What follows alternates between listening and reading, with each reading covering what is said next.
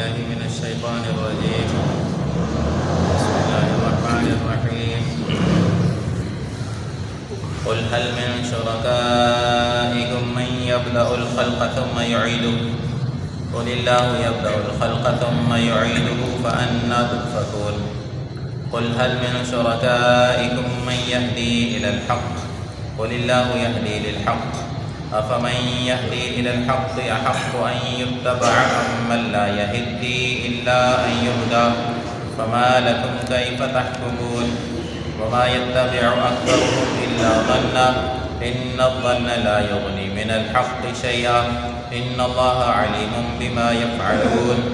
وما كان هذا القرآن أن يفترى من دون الله ولكن تصديق الذي بين يديه وتفصيل الكتاب لا ريب فيه من رب العالمين. أم يقولون افتراه قل فأتوا بسورة مثله وادعوا من استطعتم من دون الله إن كنتم صادقين. بل كذبوا بما لم يحيطوا بعلمه ولما يأتهم تأويله كذلك كذب الذين من قبلهم فانظر كيف كان عاقبة الظالمين. ومنهم من يؤمن به ومنهم من لا يؤمن به وربك أعلم بالمفسدين. صدق اللہ مولانا العظیم. دوستو بزرگوں، سورہ یونس کا چوتھا رکوع، اس کی ایک دو آیتیں گزشتہ مجلس میں ہو چکی تھیں اور باقی آیتیں آج کے مجلس میں تلاوت ہوئی آپ حضرات کے سامنے. سورہ یونس کا مضمون جیسا کہ پہلے کئی دفعہ بتایا جا چکا ہے کہ اللہ تعالیٰ کی وحدانیت، انبیاء کرام کی رسالت، قرآن مجید کی سچائی اور حقانیت کے بارے میں. یہ بنیادی عقائد ہیں، یہ عقیدے ہیں کہ انبیاء کرام، قرآن مجید اور انسان کا اللہ تبارک و تعالیٰ کی وحدہ لا شریک لہ ذات کی عبادت کرنا، یہ بنیادی عقیدے ہیں. اور مکی صورتوں میں عموماً بنیادی عقائد کا تذکرہ ہوتا ہے.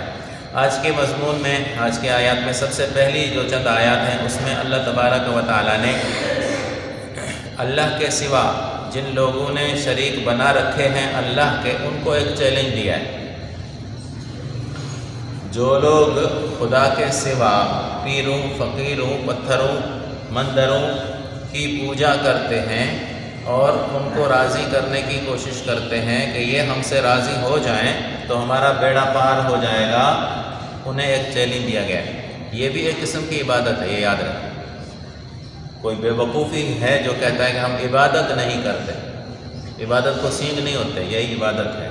چڑھاوے چڑھانا، نظر ماننا کہ میرا کام ہو گیا تو فلاں پیر کے مزار پر جا کر یہ کام کروں گا. یہ تو اللہ کے گھر کے لیے چیز ہے کہ میرا فلاں کام ہو جائے تو میں بیت اللہ کی زیارت کروں گا، میرا فلاں کام ہو جائے تو میں مسجد میں جا کر اتنے نوافل پڑھوں گا، میرا فلاں کام ہو جائے تو میں اتنے روزے رکھوں گا. یہ نظر ہے. عبادت کی نظر ماننا اللہ کے علاوہ کسی دوسرے کے نام پر، یہی تو شرک ہے. اسی کو تو شرک کہا جاتا ہے. اللہ تعالیٰ نے ایک چیلنج دیا ہے اور ہماری عقل پر چوٹ ماری کہ تمہاری عقلیں کہاں گئیں. اور اس حوالے سے پہلی آیت میں جو ارشاد فرمایا نا وہ یہ ہے کہ بھائی آپ بتاؤ، آپ بتائیں خود کہ تمہارے ان شریکوں میں سے کوئی ایک ایسا ہے جس نے کوئی چیز بنائی ہو اور پھر وہ فنا ہو جائے، پھر اس کو دوبارہ بنائے. پھر فرمایا آپ صلی اللہ علیہ وسلم کو کہ آپ ان کو جواب دے کر کہیے کہ ہاں یہ اللہ ہی ہیں جو کسی چیز کو نئے سرے سے پہلے پیدا فرماتے ہیں، پھر اس کو فنا کر کے دوبارہ پھر لوٹا کر دوبارہ پیدا کریں گے. فَأَنَّا تُؤْفَكُونَ. تم لوگ کہاں پھرے جا رہے، کہاں تمہاری عقل جا رہی. یہ ایک بہت بڑا چیلنج ہے اور قرآن مجید نے کئی جگہوں پر اس چیز کو بیان بھی کیا ہے. یا ایھا الناس ضرب مثل فاستمعوا له ان الذين تدعون من دون الله لن يخلقوا ذبابا ولو اجتمعوا له. قرآن مجید کہتا ہے اے انسانوں ذرا سوچو، جن لوگوں کی تم اللہ کو چھوڑ کر پوجا کرتے ہو یہ ایک مکھی بھی پیدا نہیں کر سکتے. مکھی کیا چیز ہے؟ یہ ایک مکھی بھی نہیں پیدا کر سکتے. اور مکھی اگر ان سے کوئی چیز چھین لے، وَإِن يَسْلُبْهُمُ الذُّبَابُ شَيْئًا لَا يَسْتَنقِذُوهُ مِنْهُ. مکھی ان سے کوئی چیز چھین کر ان کی چلی جائے تو یہ اسے واپس نہیں لے سکتے. جو قبر میں پڑا ہوا ہے، بے بس ہے، اس کے منہ پر اگر مکھی آ کر بیٹھے وہ اڑا سکتا ہے؟ اس کو اڑا بھی نہیں سکتا، اور اس سے کوئی چیز مکھی اس کی لے کر چلی جائے تو چھین بھی نہیں سکتا اس سے، اس کے اندر کوئی طاقت ہی نہیں۔ تو جب ان لوگوں میں، جب ان چیزوں میں پیدا کرنے کی صلاحیت ہی نہیں ہے، پھر اس کے بعد پیدا کر لی، پیدا کرنے کے بعد دوبارہ اس کو فنا کر کے دوبارہ پیدا کر کے دکھائیں، اللہ فرماتے ہیں یہ میرا ہی کام۔ ایک چیلنج یہ دیا ہے، ہماری عقلوں پر چوٹ لگائی ہے کہ تمہاری عقلیں گئی کہاں؟ جو ذات ایک مکھی نہیں پیدا کر سکتے، ایک مچھر کا پر نہیں بنا سکتے، مچھر کا پر بنا کر دکھائیں، مکھی کا پر بنا کر دکھائیں، وہ عبادت کے لائق ہو گئے، وہ تمہاری نیاز مندیوں کے قابل ہو گئے، وہ تمہارے صدقے اور خیرات کے قابل ہو گئے، عقلیں کہاں ہیں تمہاری؟ ایک بات۔ دوسری بات، قل هل من شرکائکم سے فرمایا گیا کہ کیا جنہیں تم نے شریک بنا کر رکھا ہے ان میں سے کوئی ایک ایسا ہے، کوئی ایک ایسا ہے جو ہدایت کا سامان اپنی طرف سے لایا ہو، لوگوں کو سیدھے راستے پر لگایا ہو، لیکن اپنی طرف سے؟ اللہ کے حکم انبیاء کرام کے واسطے سے آتے ہیں، قل اللہ یہدی للحق، حق اور سیدھی راہ دکھانا بھی اللہ کا کام ہے، یہ اپنی مرضی سے نہیں دکھا سکتے، اور اپنے عقل اپنے دماغ سے نہیں دکھا سکتے۔ تو تابع داری کسی کی، نیاز مندی کسی کی تب ہوگی نا جب وہ ہماری رہنمائی کرے، اور رہنمائی کیسی کرے؟ اپنی طرف سے رہنمائی کرے۔ اللہ کا حکم وہ تو اللہ کا ہوا نا، انبیاء کرام کے توسط سے انبیاء کرام اللہ کا حکم لائے، وہ بیان کر کے سنانا، یہ راہ دکھانا ہے، لیکن یہ تو انبیاء کرام کا شیبہ ہے۔ لیکن ان لوگوں نے اپنی طرف سے کسی کی کوئی حق کی طرف رہنمائی کی ہے؟ اللہ کی رہنمائی کے بغیر، اللہ کی رہنمائی کے بغیر انہوں نے کچھ کیا ہے؟ پھر فرمایا کہ افمن یہدی للحق احق ان یتبع ام لا یہدی، بلکہ اس سے پہلے فرمایا قل اللہ یہدی للحق، سیدھی راہ دکھانا یہ اللہ کا کام ہے، اور اللہ ہی اس بات کے لائق ہے کہ اس کی عبادت کی، وہ نہیں جو خود ہدایت کا محتاج ہے، جو خود سیدھے راستے کا محتاج ہو، دوسروں کے ذریعے سیدھا راستہ اختیار کرتا ہو، دوسروں کی مدد کی ضرورت ہو اس کو سیدھے راہ اپنانے کی، کیا اس کی تابع داری کی جا سکتی ہے؟ عبادت اس کی جا سکتی ہے جو خود ہدایت کا محتاج ہے؟ اب دیکھیں اللہ تبارک و تعالیٰ نے انبیاء کرام کا سلسلہ بھیجا، خود قرآن پاک نے تمام انبیاء کرام کے بارے میں یہی فرمایا کہ وہ اللہ تعالیٰ کے حکم سے، اللہ تعالیٰ کے مرضی سے سیدھے راستے پر آئے، اپنی مرضی سے سیدھے راستے پر بھی کوئی نہیں آ سکتا جب تک کہ اس کو رہنمائی اس کی اللہ تبارک و تعالیٰ نہ فرمائے۔ تو اللہ فرماتا ہے یتبعون الا الظن، یہ تو صرف اپنی اٹکل پچو سے چلتے ہیں، یہ جو کہہ رہے ہیں نا کہ فلان کیوں نہیں ہو رہا، فلان ہو جائے گا، اس میں کیا قباحت ہے، اس میں کیا خرابی ہے، یہ ان کے اٹکل پچو ہیں۔ جب کوئی کام شریعت کے خلاف کرتے ہیں لوگ، ان سے کہا جاتا ہے کہ بھئی یہ اللہ کا حکم نہیں ہے، تو جواب میں کیا کہتے ہیں؟ یہ کر لیا تو کیا ہوا، یہ ہم نے کر لیا تو کیا ہوا، کوئی فرق تھوڑی پڑے گا اس سے۔ حالانکہ یہ اپنے گمان کے مطابق چلنا ہے، اپنے گمان، اپنے ذہن سے تم نے ان کو معبود بنا لیا۔ اس کے بعد اگلی آیت میں قرآن مجید کی حقانیت کا تذکرہ۔ قرآن مجید جب نبی کریم صلی اللہ علیہ وسلم نے قرآن پڑھا تھا، لوگوں کو سنایا تھا، تو مشرکوں کی عورتیں آ جاتی تھیں قرآن سننے کے لیے، کیونکہ وہ عربی دان تھے اور اپنے آپ کو بہت بڑا فصیح بلیغ کہتے تھے کہ ہماری زبان ایسی ہے، عرب کو دعویٰ تھا کہ ہماری زبان ایسی ہے، دنیا میں کہیں ایسی زبان نہیں بولی جاتی، اور قرآن زبان عربی بہت بڑی فصیح زبان ہے۔ فصیح کا معنی کیا ہے؟ فصیح اس زبان کو کہتے ہیں جس کے اندر بہت بڑی وسعت ہو۔ عربی زبان میں صرف گھوڑا جب یہ پیدا ہوتا ہے، پیدا ہونے سے جوان ہونے تک اس کے 11 نام ہیں، ہر سال کی عمر کے گھوڑے کا نام عربی زبان میں الگ ہے۔ یہ ہے زبان کی وسعت، اس کو زبان کی وسعت کہتے ہیں، ٹھیک ہے؟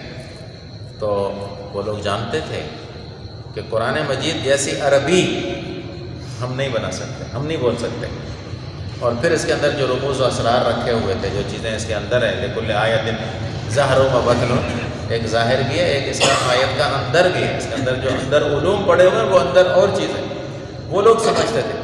لیکن اس کے باوجود ضد میں آ کر کچھ لوگ کہتے تھے کہ اس کو کوئی سکھاتا ہے، اس کے پاس کوئی جن آتا ہے، یا نعوذ باللہ کسی شاعر کی صحبت میں یہ رہا ہے اور وہاں سے اس نے عربی اور فصیح عربی سیکھ لی ہے وغیرہ وغیرہ، ایسی باتیں کرتے تھے۔ تو قرآن مجید نے اپنی حقانیت کے بارے میں کبھی موقع ملا تو قرآن مجید کی حقانیت کے بارے میں بتاؤں گا آپ کو۔ یہاں جو قرآن مجید خود کہہ رہا ہے، ہم اسی کے پابند ہیں نا، کہ جو قرآن مجید کہہ رہا ہے، قرآن مجید کیا کہتا ہے؟ اللہ فرماتے ہیں کہ یہ قرآن تو اللہ کے علاوہ کوئی نہیں بنا سکتا تھا، اللہ کے علاوہ ایسا قرآن کوئی نہیں بنا سکتا تھا۔ مسلمانوں، تم لوگوں کے پاس جو اللہ کی نعمت پڑی ہے قرآن مجید ہے، دنیا کو چیلنج کر سکتے ہو کہ ہمارے پاس جو کتاب ہے وہ لاسانی بے مثل کتاب ہے، اس جیسی کوئی کتاب دنیا میں آئی نہیں آج تک۔ فرمایا ہاں، قرآن مجید میں پچھلی کتابوں کی تصدیقات ہیں اور کچھ تفصیلات ہیں، اور اس میں کوئی شک نہیں، کوئی شک شبے کی اس میں کوئی چیز ہے ہی نہیں۔ 30 پارے ہیں، 114 صورتیں ہیں، 5040 رکوع اس کے اندر موجود ہیں، 6666 اس کے اندر آیتیں موجود ہیں۔ ایک آیت بھی دنیا اس کی تردید آج تک نہیں کر سکی کہ اس آیت میں جو لکھا ہوا ہے نا ایسا نہیں ہوا۔ ابو لہب زندہ تھا، ابو لہب کے بارے میں قرآن مجید نے کہہ دیا زندگی میں ہی کہ تبت یدا ابی لہب، ابو لہب گیا جہنم میں، یعنی ہمارے نبی کو نہ مان کر یہ جہنمی ہے، قرآن نے پہلے کہہ دیا۔ اگر ابو لہب میں جرأت ہوتی تو قرآن کی اس صورت کو وہ اپنی طرف سے جھوٹا بنا سکتا تھا، وہ کہتا نہیں بھائی میں مسلمان ہو رہا ہوں، بھائی محمد کہہ رہا ہے نا کہ میں اس کو نہ مان کر جہنمی ہوں، نہیں، میں مسلمان ہوتا ہوں، میں کلمہ پڑھتا ہوں، میں اپنے آپ کو جنتی بنانے کے لیے دعویٰ کرتا ہوں۔ اپنی زندگی میں یہ دعویٰ کر سکتا تھا نا کہ بھئی قرآن نے میرے بارے میں کہا ہے کہ جہنم میں، نہیں میں ایمان لے آتا ہوں۔ ایمان لانا تو اس کی مرضی میں تھا نا، اختیار میں تھا نا، ایمان لے آتا، اور ایک قرآن مجید کے ساتھ اتنی دشمنی، نبی کریم صلی اللہ علیہ وسلم کے ساتھ اتنی دشمنی کہ اپنے بچے مروانے کے لیے تیار، ہر قسم کی قربانی دینے کے لیے تیار تھا، اسلام کے خلاف کوئی قربانی نہ دیتا، اور صرف یہ کہہ دیتا کہ میں مسلمان ہوتا ہوں، آج سے محمد میرے جنتی ہونے کا فتویٰ دے گا۔ اس سے پہلے محمد یہ فتویٰ دے چکا ہے کہ یہ جہنمی ہے، آج سے میں مسلمان ہوتا ہوں، اور میرے جنتی ہونے کا فتویٰ جا کر محمد سے پوچھو، قرآن کی آیت یا محمد جو سورت پڑھ رہا ہے یہ سورت غلط ہے۔ نہیں ہوئی اس کو جرأت، آخر دم تک اپنے کفر پر قائم رہا، کفر پر مرا، اور قرآن مجید نے جو الفاظ کہے انہی کا مصداق بنا۔ پکا کٹا دشمن، نہیں کر سکا، کچھ بھی نہیں کر سکتا، نہ کر سکتا تھا۔ مثلا ایک آدمی کے خلاف ہم کوئی مقدمہ بناتے ہیں، وہ مقدمے کے خلاف کھڑا ہو جاتا ہے، وہ کہتا ہے کہ میرے بارے میں جو یہ چیزیں ہیں یہ غلط ہے، وہ کہیں نہ کہیں سے ان کی تردید لے آتا ہے۔ تو ابو لہب بھی لا سکتا تھا، ابو لہب کہتا کہ بھئی قرآن نے میرے بارے میں جو کہا ہے وہ غلط ہے، میں مسلمان ہو رہا ہوں، میں ایمان لا کر جنتی کا سرٹیفکیٹ لے رہا ہوں محمد صلی اللہ علیہ وسلم سے اور اللہ سے، لیکن نہیں کر سکا۔ تو اللہ فرما رہے ہیں یہ قرآن کوئی دوسرا نہیں بنا سکتا تھا، کسی کی ضرورت میں نہیں ہے۔ اور یہاں آگے آیت میں بھی ہے کہ اگر تم کہتے ہو کہ یہ قرآن محمد صلی اللہ علیہ وسلم کی اپنی ایجاد ہے تو پھر تم بھی عرب ہو، ایک صورت بنا کر تو دکھاؤ۔ کہتے مسیلمہ ابن کذاب نے نبوت کا دعویٰ کیا تھا کسی زمانے میں، ایک جھوٹا نبی، جیسے ہمارے اس ایریا میں مرزا قادیانی نکلا تھا کسی زمانے میں، مرزا قادیانی، اور اس نے کہا تھا کہ میں نبی ہوں، پھر کبھی کہتا تھا کہ میں عیسیٰ علیہ السلام۔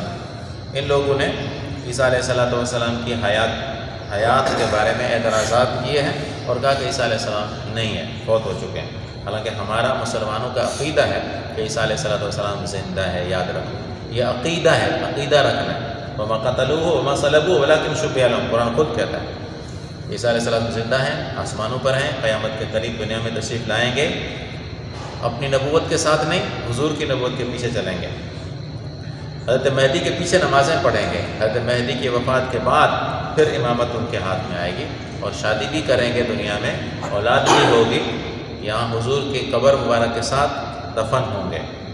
تو یہ مرزائی قادیانی جو ہیں یہ کہتے ہیں کہ جی مرزا قادیانی نبی۔ عجیب بات دیکھیں، ہمارے ملک میں کوئی آدمی اس طرح کی نبوت کا دعویٰ کرتا ہے، مسلمان جذبے میں آ جاتے ہیں اور اس کو مار ڈالتے ہیں کہ یہ مرتد ہے، تو دنیا میں بڑا شور مچتا ہے کہ جی مسلمان انتہا پسند ہے نا۔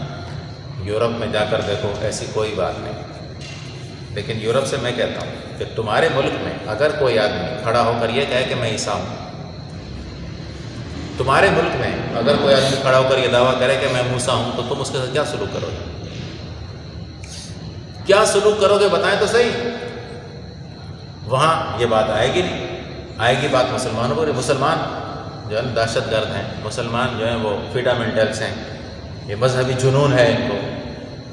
اور اصل بات یہ بھی ہے، یہ بھی ذہن میں رکھیے گا کہ یورپ ہی کی فیکٹریاں ہیں یہاں پر، یورپ ہی یہاں فیکٹریاں چلا رہا ہے، یہی کہ تو فلان ہے، تو فلان ہے، تو غیر مقلد ہے، تو بریلوی ہے، تو دیوبندی ہے، تو شیعہ ہے، تو سنی ہے۔ یہ فیکٹریاں انہوں نے یہاں لگائی ہیں۔ ان کے ملک میں کیوں نہیں ہوتا یہ؟ ان کے ملکوں میں یہ تفرقہ بازی کیوں نہیں ہوتی؟ ہمارے ملک میں بھی نہیں ہوگی، لیکن پیسہ جو آ رہا ہے، فیکٹریاں جو انہوں نے لگائی ہوئی ہیں ہمارے ملک میں، اور یہی فیکٹریاں یہاں پہ کام کر رہی ہیں، مسلمانوں میں بٹوارا ہوتا ہے۔ یہ ایک پلیٹ فارم پہ کبھی جمع نہ ہو یہ کام، وہاں کی فیکٹریاں یہاں پہ کام کریں ہمارے ملک میں، ورنہ ان کے ملک میں بھی تو یہ چیز ہونی چاہیے نا۔ اگر ایسی کوئی چیز ہے، مذہبی شدت پسند تو ان کے یہاں زیادہ ہے۔ آپ نے سوئٹزرلینڈ کا واقعہ سنا تھا سال 1.5 سال پہلے کہ مسجد میں گھس کر اس نے نمازیوں کو فائرنگ کی تھی نمازی، لیکن وہاں یہ بات نہیں چلی کہ یہ عیسائی جو ہے نا وہ شر پسند ہے، یہ عیسائی دہشت گرد نہیں چلا۔ اور ہمارے ملک میں کوئی نبوت کا دعویٰ کرے، ٹھیک ہے، اس کو ہم قتل کر ڈالیں، یا کوئی صحابہ پر بھونکے ہم اس کو قتل کر ڈالیں، تو بڑا شوشہ اٹھتا ہے۔ اصل میں یہ لوگ تیار کردہ ہی انہی کے ہیں، یہاں پر بھیجے جاتے ہیں، انہی کو تربیت ہوتی ہے، انہی کو پیسہ دیا جاتا ہے۔ اچھا جی، تو کہنے کا مقصد یہ تھا کہ یہ جیسے قادیانی ہمارے ملک میں ہیں، اور قادیانی بڑی خفیہ ترتیب سے چلتے ہیں، آپ کو اگلا پتہ نہیں بتائے گا کہ میں قادیانی ہوں، ٹھیک ہے، ایسے طریقے سے ہمارے نوجوانوں کو گمراہ کرتے ہیں، اور ان کی عورتیں بھی گھروں میں گھومتی ہیں، ٹھیک ہے، اور کہتے ہیں کہ جی نبوت تو رحمت ہے، نبوت تو رحمت ہے، اور رحمت کا دروازہ بند تھوڑی ہوگا۔ عام مسلمان کو یہی کہتے ہیں کہ یہ نبوت تو رحمت ہے نا، حضور خود رحمت للعالمین تھے، ٹھیک ہے، تو نبوت رحمت ہے، پھر رحمت کیوں بند ہو گئی؟ پھر غلام احمد قادیانی کو کیوں اللہ نے نبی نہیں بنایا؟ ٹھیک ہے، اب ہمارا بیچارہ نوجوان جس کے پاس مذہب کی کوئی تعلیم ہی نہیں ہوتی، اس کا عقیدہ ہی اپنا ہی پتہ نہیں کہ میں ہوں کیا، مجھے یہ پتہ نہیں ہے کہ عیسیٰ علیہ السلام زندہ ہیں، عیسیٰ علیہ السلام تھے کون، ہمارے مسلمان بچے کو یہی پتہ نہیں ہے، تو اس کے عقیدے پر وار کیا جاتا ہے، اس کے عقیدے پر حملہ کیا جاتا ہے، ٹھیک ہے۔ تو اس حوالے سے ایک واقعہ بھی سناتا چلوں کہ مولانا مفتی محمود صاحب رحمۃ اللہ علیہ، ان کو پھر ان کے انداز میں جواب دینا چاہیے۔ مولانا مفتی محمود رحمۃ اللہ علیہ گئے تھے سعودی عرب، تو حیثیت والے آدمی تھے، بڑے وہاں کے بڑے مفتیان اور گورنر جو تھے مکے کے مدینے کے، ان سے ملتے تھے، کیونکہ ایشیا کے علماء کا پتہ ہے سب کو، عرب کے علماء اس پائے کے نہیں ہیں، مصر کے علماء اس پائے کے نہیں ہیں، جتنی فہم سمجھ اللہ نے ایشیا کے علماء کو دی۔ تو مفتی صاحب وہاں گئے ہوئے تھے، تو انہوں نے وہاں کے مفتی صاحب سے پوچھا کہ حضرت آپ کیا کام کرتے ہیں پاکستان میں؟ تو مفتی صاحب نے فرمایا میرا ملتان میں مدرسہ ہے۔ تو مدرسے کا کیا نام ہے؟ قاسم العلوم، مدرسے کا نام ہے قاسم العلوم۔ میں نے کہا قاسم العلوم کس حساب سے رکھا ہے تم نے؟ میں نے کہا مولانا قاسم نانوتوی رحمۃ اللہ علیہ ہمارے اکابر میں سے بزرگوں میں سے، ان کے نام کی مناسبت سے ہم نے اپنے مدرسے کا نام قاسم العلوم رکھا ہے۔ تو وہ بیچارے تھوڑے اونچی سمجھ نہیں رکھتے، ہلکی سمجھ والے، تو اس نے کہا کہ آدھا شرک، یہ تو شرک ہے کہ آپ نے اپنے ایک بزرگ کے نام پر مدرسے کا نام رکھ دیا، یہ تو شرک ہو گیا۔ تو مفتی صاحب رحمۃ اللہ نے اس کے جواب میں کہا کہ میں ابھی حرم میں داخل ہوا ہوں، حرم کا ایک دروازہ تھا جس پر لکھا ہوا تھا باب ملک عبدالعزیز، باب ملک عبدالعزیز، یہ اللہ کا گھر ہے، اس کے دروازے پر تم نے دروازے کی نسبت کر دی ہے ملک عبدالعزیز، طرف شرک پڑا تو تم کر رہے ہو، ہمیں شرک کہہ رہے کہ ہم نے مولانا قاسم نانوتوی کے نام کی نسبت سے مدرسے کا نام رکھ دیا تو تم نے کہہ رہے کہ وہ شرک ہے، ٹھیک ہے؟ تو یہاں حرم کے دروازے پر باب ملک عبدالعزیز تم نے لکھا ہوا، یہ شرک نہیں بن رہا، یہ بھی تو شرک ہونا چاہیے پھر، تب جا کر وہ خاموش ہوا۔ تو اسی طرح قادیانی لوگ، ان کو ہر کوئی ہم میں سے نہیں سمجھا سکتا، عام آدمی اس کے چکر میں آ جاتا ہے کہ رحمت ہے، رحمت کا دروازہ تھوڑے بنا۔ نبی کس کو کہتے ہیں؟ نبی کہتے ہیں ہدایت کرنے والے کو، تو غلام قادیانی بھی ہمارا نبی تھا۔ بہرحال تو قرآن مجید نے اپنے حقانیت اور اپنی سچائی کے حوالے سے بات یہ کی ہے کہ لا کر دکھاؤ اگر تمہارے پاس طاقت ہے، بلکہ قرآن نے یہ بھی کہا ہے کہ وَلَئِنِ اجْتَمَعَتِ الْإِنسُ وَالْجِنُّ عَلَىٰ أَن يَأْتُوا بِمِثْلِ هَٰذَا الْقُرْآنِ لَا يَأْتُونَ بِمِثْلِهِ وَلَوْ كَانَ بَعْضُهُمْ لِبَعْضٍ ظَهِيرًا، انسان اور جن سب کے سب مل جائیں، آپس میں اتفاق کر لیں، پھر بھی ایسی کتاب نہیں لا سکتے، پھر بھی ایسی کتاب نہیں لا سکتے، بھلے ایک دوسرے کی مکمل مدد کریں، پوری توانائیاں اپنی صرف کرنے کے باوجود بھی ایسی کتاب نہیں لا سکتے۔ تو قرآن مجید نے اپنا آپ کو منوایا ہے دلائل سے کہ میں اللہ کی کتاب، اور قرآن خود کہہ رہا ہے کہ مجھے اللہ کے سوا کوئی بنا ہی نہیں سکتا، میں اللہ کا کلام۔ اور یاد رکھیے کہ مسلمانوں کے پاس یہی چیز باقی ہے، کہیں گے جی ہمارے نبی ایسے تھے، نبی ایسے تھے، تو کہیں گے نبی کہاں ہے؟ ہم سے تو پوچھا جائے گا نا کہ نبی تمہارے کہاں؟ کہیں گے وہ تو مدینے میں دفن ہے، تو ہم نبی تو نہیں دکھا سکتے ان کو، ہم کیا دکھا سکتے ہیں؟ پیغمبر کا طریقہ اور قرآن مجید۔ مسلمانوں کے پاس سب سے بڑا متاع، بڑا سرمایہ اللہ کی یہ کتاب ہے، اور آج تک 1400 سال 1500 سال ہونے کو ہیں، کسی ایک نے بھی یہ چیلنج قبول نہیں کیا۔ مسیلمہ کذاب کی میں آپ کو بات سنا رہا تھا، اس نے بھی نبوت کا دعویٰ کیا تھا حضور کے زمانے میں۔ جب نبی کریم صلی اللہ علیہ وسلم دنیا سے چلے گئے نا، تو عرب کے جو سردار تھے، پہلے سرداری نظام تھا وہاں، جیسے ہمارے بلوچستان میں قبائلی علاقوں میں سردار کی چلتی ہے، تو پہلے سرداروں کی چلتی تھی وہاں، اور سردار آمدنی کا چوتھائی حصہ لیتا تھا اپنی رعایا سے، جتنا تم کماتے ہو نا چوتھائی حصہ ہمیں دو، جانوروں میں سے بھی چوتھائی حصہ سال میں لے جاتے تھے۔ نبی کریم صلی اللہ علیہ وسلم کو تو اللہ نے عزت دی، غلبہ دیا، وہ تو دین کی وجہ سے تھا، نبوت کی وجہ سے تھا نا۔ جب حضور کی وفات ہوئی تو ان بے وقوفوں نے کیا سمجھا کہ اس کو جو سرداری ملی ہے، لوگ جو اس کو مان رہے ہیں نبوت کی وجہ سے مان رہے ہیں، لہذا ہم بھی نبی بن جائیں تاکہ لوگ ہمیں مانیں۔ اگلوں کا طریقہ کہ حضور، اس لیے حضور کو لوگ مانتے تھے کہ انہوں نے نبوت کا دعویٰ کیا تھا، تو ہم بھی نبوت کا دعویٰ کرتے ہیں تاکہ لوگ ہمارے مرید بن جائیں، ہمارے آگے پیچھے ہوں لوگ۔ تو مسیلمہ کذاب نے نبوت کا دعویٰ کیا، تو اس کے پاس ایک آدمی گیا، اس نے کہا آپ نبی ہیں، میں ایک آنکھ سے کانا ہوں، میرے لیے کوئی معجزہ دکھائیں تاکہ میری آنکھ صحیح ہو جائے۔ تو مسیلمہ کذاب نے کہا ہاں بھائی آ جاؤ، اس کے آنکھ پہ ہاتھ پھیر دیا۔ اللہ کا کرنا یہ ہوا کہ اس کی جو آنکھ سلامت تھی وہ بھی اندھی ہو گئی، جو آنکھ سلامت تھی وہ بھی اندھی ہو گئی۔ پھر اس کے پاس ایک اور آدمی آیا، کہنے لگا کہ محمد رسول اللہ نے تو ایک بڑی کتاب پیش کی ہے دنیا کو، اور بہت بڑا چیلنج دیا ہوا ہے، تم بھی تو کوئی چیز بتاؤ، بنائی ہو تم نے کوئی چیز، محمد نے بھی قرآن بنایا تھا، تم بھی کوئی بناؤ۔ تو اس نے کچھ قافیہ کے انداز میں کچھ الفاظ کہے، ایک صفحے کے برابر اس کے اشعار بنائے، تو کہا کہ دیکھو میرا یہ کلام ہے۔ تو جو آدمی سننے والا تھا نا، جس نے اگر کہا تھا مجھے دکھاؤ، اس نے جب وہ کلام سنا، وہ الفاظ سنے، تو مسلمہ کے منہ پر اس نے تھوک دیا، کہا تھوک کا تھا، تیرے منہ پر تھوک ہو کہ تو نے یہ کلام بنا کر دکھایا۔ محمد صلی اللہ علیہ وسلم جو کتاب لائے تھے، جو قرآن مجید ہے، تم اس کے مقابلے یہ پیش کر رہے ہو۔ اس کے منہ پر تھوکا اس نے. تو قرآن مجید نے تو آج تک اپنے آپ کو بنوایا ہوا ہے کہ بھئی ایسی کتاب کوئی نہیں بنا سکتا، اور مسلمانوں کے پاس سب سے بڑا سرمایہ یہی ہے. اللہ نے یہاں یہ فرما دیا کہ بھئی لاؤ تم سب کے سب جمع ہو کر ایسی کتاب بنا کر دکھاؤ. اور آج 1500 سال ہونے کو ہیں، کسی نے یہ چیلنج قبول نہیں کیا، کسی نے بھی نہیں کیا.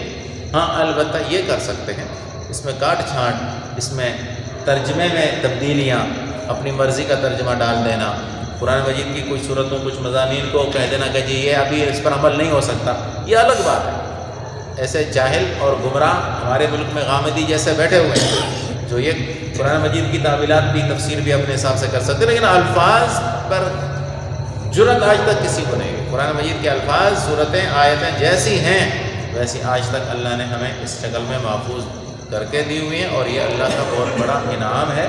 اس کی تلاوت، اس کو سمجھنا، اس پر عمل کرنا ہی مسلمانوں کی کامیابی. اللہ تعالیٰ ہم سب کو توفیق